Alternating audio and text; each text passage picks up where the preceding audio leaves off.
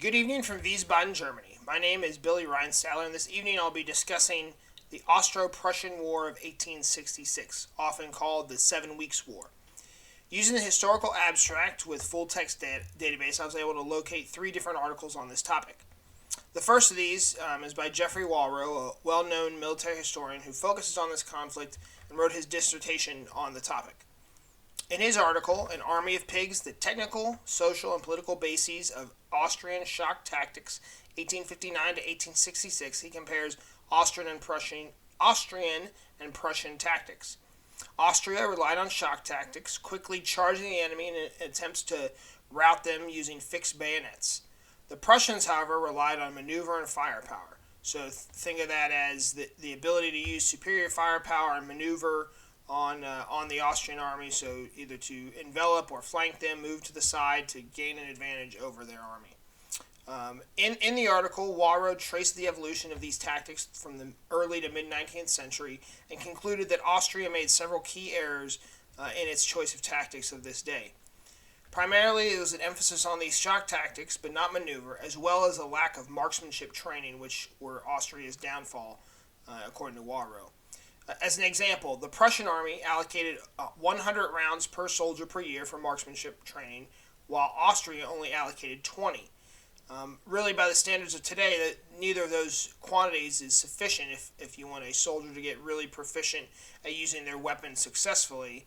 However, at the time, you can see the disparity, 100 rounds versus 20 rounds, so a 5-to-1 ratio, resulting in Prussia having much better marksmanship than the Austrian army. Some other things that Warwro found that I found to be interesting were the Austrian weakness among its non-commissioned officer corps, who were the non-commissioned officers were primarily used for office work as aides to generals or clerical work back in headquarters in Vienna or other locations, and so they weren't out in the field directing soldiers on the battlefield, which is critical for the United States Army, is our non-commissioned officer corps. One other piece that was really critical to Warwro found or contributed rather to Austria's fall was the language barrier. All the Austrian army's units were commanded or filled with officers who were German speaking, of course, so they were Austrians, while many of the conscripts that filled these units were either Hungarian, Ukrainian, or some other nationality within the greater Austrian Empire, so they didn't understand German. And so they did very well in the parade field, but when it came out to the battlefield, they did not do as well. So while Warwro focused on the shortfalls of the Austrian army, Brian Bond argues that superior Prussian organizational system and its general staff was key to its success. In his article, The Austro-Prussian War, 1866, Bond also outlines the lack of Austrian organization.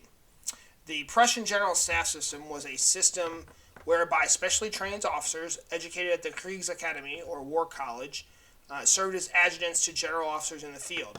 They were able to quickly communicate with the chief of the general staff. These were intelligent, quick-thinking officers, and they had the authority to countermand any orders they thought should be countermanded. So in the field, they could countermand the general's orders. And in Bond's view, this organization carried the day for Prussia.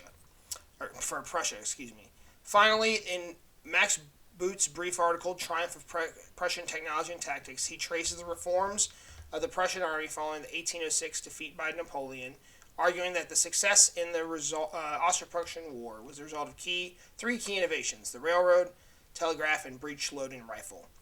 These enabled superior Prussian tactics, and they carried the day at Königgrätz as a result, almost completely enveloping the Austrian army. Thanks for listening.